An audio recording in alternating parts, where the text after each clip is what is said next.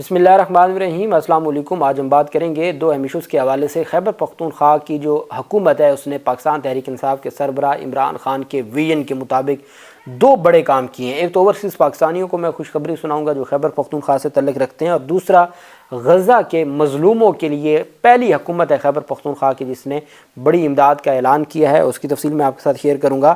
فیصل واوڈا جو بہت اچھل کے گفتگو کرتے ہیں، جنہوں نے سینٹ انتخابات کے لیے اپنے کاغذات نامزدگی جمع بھی کروائے، لیکن اب ایم کیو ایم نے بھی اپنے امیدوار کے طور پر ان کو سپورٹ کرنے سے انکار کر دیا ہے۔ اگر ایم کیو ایم نے انکار کر دیا تو مطلب فیصل واوڈا فارغ ہو گئے ہیں سینٹ انتخابات سے، اس کی تفصیل بھی میں آپ کے ساتھ شیئر کروں گا۔ سب سے پہلے میں آپ کو بتاتا چلوں کہ وفاق نے سندھ حکومت سے ضلع ٹھٹھہ میں 1000 ایکڑ زمین مانگ لی ہے۔ کس مقصد کے لیے؟ وفاقی حکومت نے نجی ادارے پاک کار زون کے لیے سندھ حکومت سے ضلع ٹھٹھہ میں پرائیویٹ ایکسپورٹ پروسیسنگ زون کے لیے 1000 ایکڑ زمین مانگ لی ہے۔ وفاقی وزارت صنعت کے اعلیٰ سطحی اجلاس میں بتایا گیا ہے کہ messrs Pakistan car and machinery zones private limited پانامز، یہ اس کا وہ ہے ایبریویشن، کو پرائیویٹ ایکسپورٹ پروسیسنگ زون بنانے کے لیے ضلع ٹھٹھہ میں زمین درکار ہے۔ اجلاس میں وفاقی وزارت میری ٹائم افیئرز کے نمائندے، secretary land utilization board of revenue Sindh port Qasim کے نمائندے اور محکمہ سرمایہ کاری سندھ کے نمائندوں نے شرکت کی۔ سیکٹری لینڈ یوٹیلائزیشن اجلاس کو بتایا کہ ضلع ٹھٹھہ میں قومی شاہراہ سے 6 کلومیٹر دور زمین موجود ہے، جبکہ زمین کو کارآمد بنانے کے لیے برانچ روڈ پر کارپیٹ کرنے کی ضرورت ہے۔ چیف ایگزیکٹو نے وضاحت مانگی کہ اب تک یہ طے نہیں کیا گیا کہ ان 6 کلومیٹر میں ترقیاتی کام حکومت سندھ کرائے گی یا جو وہ کمپنی ہے وہ کروائے گی۔ لینڈ یوٹیلائزیشن کے نمائندے نے یقین دہانی کرائی کہ حکومت سندھ ان 6 کلومیٹر کے علاقے میں ترقیاتی کام کرائے گی تاکہ اس کمپنی کو سہولت فراہم کی جا سکے۔ سندھ حکومت نے اس سلسلے میں پاکامز سے project feasibility report, financial close of the project یا اخراجات کے ذرائع، master plan design and layout, geotechnical report and topographical survey اور ماحولیات پر پڑنے والے اثرات کی تجزیاتی رپورٹ مانگ لی ہے۔ مطلوبہ دستاویزات مل جانے کے بعد کیس کمیٹی کے حوالے کیا جائے گا۔ اجلاس میں متفقہ طور پر 4 فیصلے کیے گئے۔ پہلا یہ کہ اس سٹیج پر کمپنی ماسٹر پلان اور ڈیزائن لے آؤٹ فراہم نہیں کرے گا، کیونکہ یہ دستاویزات تب بنے گی جب زمین کا قبضہ دیا جائے گا۔ محکمہ لینڈ یوٹیلائزیشن کی جانب سے اسٹیٹ بینک کو درخواست کی جائے گی کہ ویلیویٹر کی خدمات حاصل کی جائیں تاکہ زمین کی قیمت کا تعین کیا جائے، ویلیویشن جو کرے۔ محکمہ لینڈ یوٹیلائزیشن اس بات کا پابند ہوگا کہ 1000 ایکڑ زمین دینے کا انتظام کرے گا اور 6 کلومیٹر کی روڈ بھی بنائے گا۔ محکمہ لینڈ یوٹیلائزیشن اس ضمن میں تازہ ترین صورتحال سے وفاقی وزارت صنعت کو آگاہ کرے گا۔ یہ فیصلے کیے گئے ہیں اور سندھ حکومت اس وجہ سے انٹرسٹ لے رہی ہے کہ انڈسٹری ہے اور آنی چاہیے، اور اندرون سندھ میں اتنی بڑی انڈسٹری کا لگنا، 1000 ایکڑ مانگا ہے وفاقی حکومت نے، تو اب دیکھتے ہیں کہ یہ کب تک پروجیکٹ شروع ہوتا ہے، اور اگر یہ پروجیکٹ کرپشن کی نظر نہ ہو گیا تو یہ سندھ کے لوگوں کے لیے فائدہ مند ثابت ہوگا۔ عالمی بینک کی 2 پاکستانی منصوبوں کی معاونت کے لیے فنڈز کی منظوری دی گئی ہے۔ عالمی بینک کے بورڈ آف ایگزیکٹو ڈائریکٹرز نے پاکستان کے 2 منصوبوں کی معاونت کے لیے 14 کروڑ 79 لاکھ ڈالر کی فنانسنگ کی منظوری دی ہے۔ پریس ریلیز میں کہا گیا ہے کہ ڈیجیٹل اکانومی جو 7 کروڑ 80 لاکھ ڈالر کا پروجیکٹ شہریوں اور فرموں کے لیے ڈیجیٹل طور پر عوامی خدمات کی فراہمی کی توسیع میں مدد کرے گا، جبکہ Sindh barrages improvement 7 crore 17 lakh dollar پر جو پروجیکٹ کے لیے دوسری اضافی فنانسنگ سیلاب سے بہتر لچک اور سندھ کے 3 بیراجوں کی قابل اعتماد حفاظت اور انتظام کی بہتری میں مدد دے گی۔ پاکستان کے لیے عالمی بینک کے کنٹری ڈائریکٹر ناجی بن حسن نے کہا ہے کہ 2022 میں پاکستان میں آنے والا تباہ کن سیلاب اس طرح کی آفات سے نمٹنے کی اہمیت یاد دلاتا ہے جس میں بیراجوں اور ان کے انتظام کو مضبوط بنانا بھی شامل ہے۔ اس کے علاوہ پاکستان میں بڑھتی ہوئی ڈیجیٹل معیشت کی حمایت، معاشی اور سماجی ترقی، رابطے کو وسعت دینے اور شہریوں اور کاروباری افراد خاص طور پر خواتین کے لیے حکومت اور مالیاتی خدمت تک رسائی کو وسعت دینے کا بھی اہم ذریعہ ہے۔ تو یہ عالمی بینک کی جانب سے پاکستان کی 2 منصوبوں میں عالمی بینک نے فنڈز کی منظوری دی ہے، اور اب دیکھنا یہ ہے کہ یہ سارا معاملہ کس طرف جاتا ہے۔ بہت اہم جو خیبر پختونخوا حکومت کی جانب سے ایکشن لیا گیا ہے وہ 9 مئی سے متعلق جو پی ٹی آئی رہنماؤں پر قائم مقدمات ہیں ان کو ختم کرنے کے لیے ایک سیل کمیٹی قائم کی گئی ہے۔ خیبر پختونخوا میں پی ٹی آئی رہنماؤں پر قائم مقدمات ختم کرنے کے لیے بالآخر خیبر پختونخوا حکومت نے کمیٹی قائم کر دی ہے۔ خیبر پختونخوا کے وزیر قانون آفتاب عالم کے مطابق کمیٹی کے سربراہ آئی جی خیبر پختونخوا اختر حیات خان ہیں۔ آفتاب عالم کے مطابق وزیر اعلیٰ نے کمیٹی کو جعلی مقدمات ختم کرنے کا ٹاسک دیا ہے۔ وزیر قانون کا کہنا تھا کہ پی ٹی آئی رہنماؤں پر ایک ہی واقعے کی 7 ایف آئی آر درج ہیں۔ وزیر اعلیٰ کے پاس ایف آئی آر ختم کرنے کے ثوابدیدی اختیارات موجود ہیں۔ میرے خیال میں وزیر اعلیٰ کے اختیار نہ بھی ہو، پہلی بات تو یہ کہ ہاں موجود ہیں، دوسری بات یہ ہے کہ پروسیکیوشن آپ کی جو پولیس ہے جب تک چلان، چونکہ یہ وہ تمام مقدمات ہیں اکا دکا میں چلان جمع ہوئے ہیں، باقیوں میں چلان جمع نہیں ہوئے، پولیس کیا کرتی ہے کہ اگر تو چلان جمع ہو گیا ہے تو چلان جمع ہونے کے بعد ٹرائل میں جاتا ہے اور سلسلہ چلتا ہے۔ چلان سے پہلے پولیس کے بعد یہ اختیار ہے کہ وہ کسی کو بھی بے گناہ لکھ دے یا اس کی حد تک دفعات بھی ڈیلیٹ کر سکتی ہے، تفتیشی افسر کے پاس اختیار ہے اور کسی کو بھی اس مقدمے سے ڈیلیٹ کر سکتا ہے۔ اگر مقدمہ چلان جمع ہو گیا تو چلان جمع ہونے کے بعد سپلیمنٹری چلان جمع کروایا جا سکتا ہے کہ اب تفتیش میں، جیسا منی لانڈرنگ کا مقدمہ تھا شہباز شریف وغیرہ کے خلاف، پہلے کہا گیا 16 ارب روپے کی منی لانڈرنگ ہوئی، پھر سپلیمنٹری چلان اب نیب نے جمع کروایا جی کہ ان کے خلاف تو ثبوت ہی کوئی نہیں ملا، تو وہ سپلیمنٹری چلان کی بنیاد پر جو سپلیمنٹری ریفرنس تھا اس کی بنیاد پر وہ بری ہو گئے۔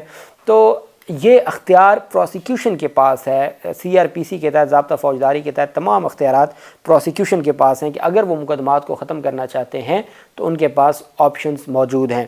اب چونکہ کچھ ہیں جو ایکچول اگر کوئی وقوع ہوا ہے وہاں تو سمجھ آتی ہے۔ ایک تو اب خیبر پختونخوا حکومت کے پاس یہ بھی اختیار ہے، آج تک اگر ان کا مطالبہ تھا پاکستان تحریک انصاف کا یا پاکستان تحریک انصاف کے سربراہ عمران خان کا کہ جی آپ صاف شفاف تحقیقات کروائیں، تو اب تو ان کی اپنی حکومت ہے، کم از کم خیبر پختونخوا کی حد تک 3-4 بڑے جو وہاں پر واقعات ہوئے ہیں تو اس کی بنیاد پر آپ لکھیں chief justice Peshawar high court کو کہ 2 ججز پر مشتمل کمیشن بنائیں، اور کمیشن آپ نے بنانا ہے، ججز کے نام چیف جسٹس نے دینے ہیں، تو آپ چیف جسٹس آپ دیں گے، ٹی آر اوز بھی حکومت دے گی، ڈائریکٹوریٹ جو ہوگا وہ بھی حکومت دے گی، تمام فیسیلیٹیشن حکومت دے گی، اور اس میں جو معزز ججز ہوں گے وہ بھی حکومتی انتظامیہ کے تحت، پولیس کے تحت اور مختلف اداروں کے تحت کلیکشن آف ایویڈنس کریں گے، وہ سیشن جج کے ذریعے، وہ مجسٹریٹ کے ذریعے کریں گے۔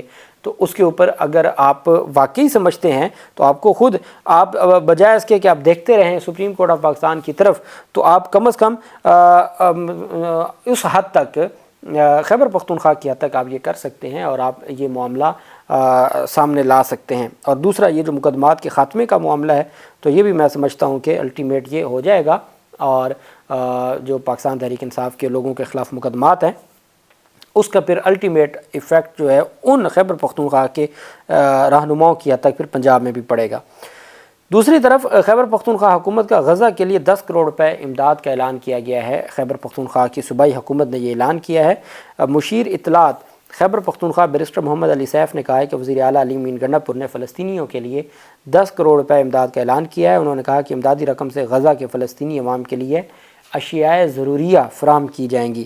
ان کا کہنا تھا کہ جلد فلسطینی سفیر کو دعوت دے کر امدادی رقم بھی حوالے کی جائے گی، اور بیرسٹر سیف کا کہنا تھا کہ خیبر پختونخوا حکومت غزہ کے مظلوم فلسطینیوں کے ساتھ کھڑی ہے۔ یہ ان کی جانب سے کہا گیا ہے، اور خیبر پختونخوا پولیس کی جانب سے یہ اقدام، خیبر پختونخوا حکومت کی جانب سے یہ اقدام سامنے آیا ہے جو بہت ضروری تھا، اور تمام صوبائی حکومتوں کو، وفاقی حکومت کو غزہ سب سے زیادہ اس وقت جو ضرورت ہے وہ غزہ کے ہمارے مسلمان بھائیوں کو ہے۔ جتنی مدد کی جا سکتی ہے وہ کم ہے، اور زیادہ سے زیادہ ان کی امداد کرنی ہوگی، اور سفارتی ذرائع کو استعمال کرتے ہوئے بھی ان کی مدد کرنی ہوگی۔ خیبر پختونخوا حکومت نے بیرون ملک پاکستانیوں کو، اوورسیز پاکستانیوں کو بڑی خوشخبری سنائی ہے۔ کے پی حکومت نے اوورسیز پاکستانیوں کو ڈرائیونگ لائسنس کی آن لائن تجدید کی سہولت فراہم کر دی ہے۔ اب ڈرائیونگ لائسنس کی تجدید کے لیے اوورسیز پاکستانی بذریعہ ای میل درخواستیں دے سکتے ہیں۔ اس حوالے سے دنیا بھر میں قائم پاکستانی سفارتی مشنز کو آگاہ کرنے کے لیے وزارت خارجہ کو مراسلہ ارسال کر دیا ہے۔ پاکستانی سفارتی مشنز کی جانب سے کے پی حکومت کے اقدام کو سراہا گیا ہے، چونکہ ہمارے اوورسیز پاکستانی ہیں۔ اب میں آپ کو ایک اور چیز بتاؤں، نادرا میں اب پنجاب میں کیا کیا ہے جی کہ سکسیشن سرٹیفکیٹ، اگر کسی بزرگ کی ڈیتھ ہو جاتی ہے تو بچوں نے اگر جانشینی سرٹیفکیٹ لینا ہے، وراثت جو موویبل پراپرٹی ہے وہ لینے کے لیے، کیش ہے کسی بینک میں، تو وہ ان کو سکسیشن سرٹیفکیٹ لینا پڑتا ہے نادرا سے۔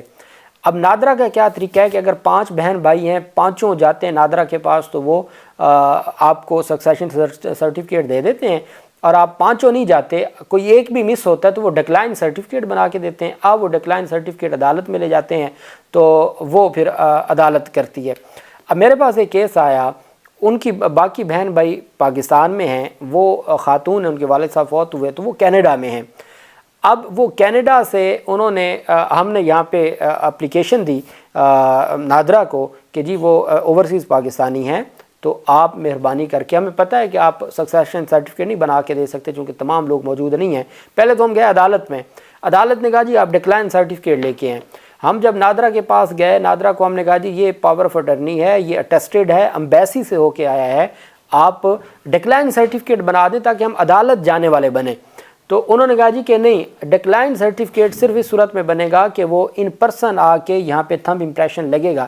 پھر ہم نے کہا بھی آپ کے جو امبیسی ہے کینیڈا میں، جہاں سے انہوں نے ڈاکومنٹ ٹیسٹ کروا کے بھیجے ہیں، تو وہاں کوئی آپ کا سسٹم نہیں ہے کہ وہ وہاں جائیں، وہ وہاں پر ویریفیکیشن یا تھمب امپریشن اپنا دیں اور پھر آپ اس کی بنیاد پر وہ کہتے ہیں کوئی ایسا نہیں ہے ہمارے پاس جو اوورسیز کے لیے نہیں ہے، تو وہ کدھر جائیں نا؟ عدالت آپ نے ایک رکاوٹ کھڑی کر دی ہے۔ پہلے تو وہ عدالت چلے جاتے تھے بغیر کسی رکاوٹ کے، اب ڈکلائن سرٹیفکیٹ کے بغیر آپ عدالت نہیں جا سکتے۔ تو اب میں نے اس کے اوپر ہائی کورٹ جا رہا ہوں تاکہ اوورسیز پاکستانیوں کے لیے ہم یہ سہولت لیں کہ آپ کم از کم اوورسیز پاکستانیوں کو اتنا تو فیسیلیٹیٹ کریں۔ وراثت لینی ہے، وراثت کے لیے عدالت میں تو اوورسیز عدالتوں میں چلو ان کی اسکائپ کے ذریعے ایویڈنس بھی ہو جاتی ہے، سارا کچھ ہو جاتا ہے، لیکن نادرا بھی تو یہ سہولت دے کہ وہ ان کے مسائل نہ بنے۔ تو اب یہ خیبر پختونخوا حکومت نے کیا ہے کہ ڈرائیونگ لائسنس کی حد تک انہوں نے دستاویزات کے نقول کی تصدیق کے بعد تجدیدی ڈرائیونگ لائسنس کا اجرا کیا جائے گا اور لائسنس درخواست گزار کے نامزد کردہ شخص کے حوالے کیا جائے گا۔ خیبر پختونخوا کے وزیر اعلیٰ کا کہنا ہے کہ ڈرائیونگ لائسنس کی آن لائن تجدید اور اوورسیز پاکستانیوں کا مطالبہ تھا۔ کے پی بیرون ملک مقیم پاکستانیوں کو سہولت فراہم کرنے والا پہلا صوبہ بن گیا ہے اور بیرون ملک پاکستانی ملک کا اثاثہ ہیں۔ ڈرائیونگ لائسنس کی آن لائن تجدید سے وقت کی بچت ہوگی، اوورسیز پاکستانیوں کو مزید سہولت کی فراہمی کے لیے بھی پرعزم ہے۔ یہ کہنا تھا وزیر اعلیٰ خیبر پختونخوا کا۔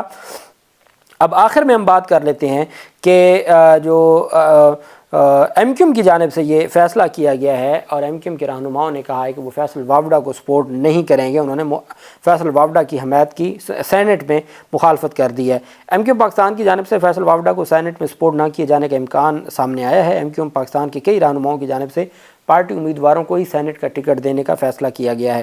ایم کیو ایم پاکستان کی جانب سے عامر چشتی، شہباز ظہیر اور دیگر کے ناموں پر غور کیا جا رہا ہے۔ M Q M Pakistan senate انتخابات کے لیے امیدواروں کے ناموں کو حتمی شکل مرکزی ایڈ ہاک کمیٹی کے اجلاس میں دے گی۔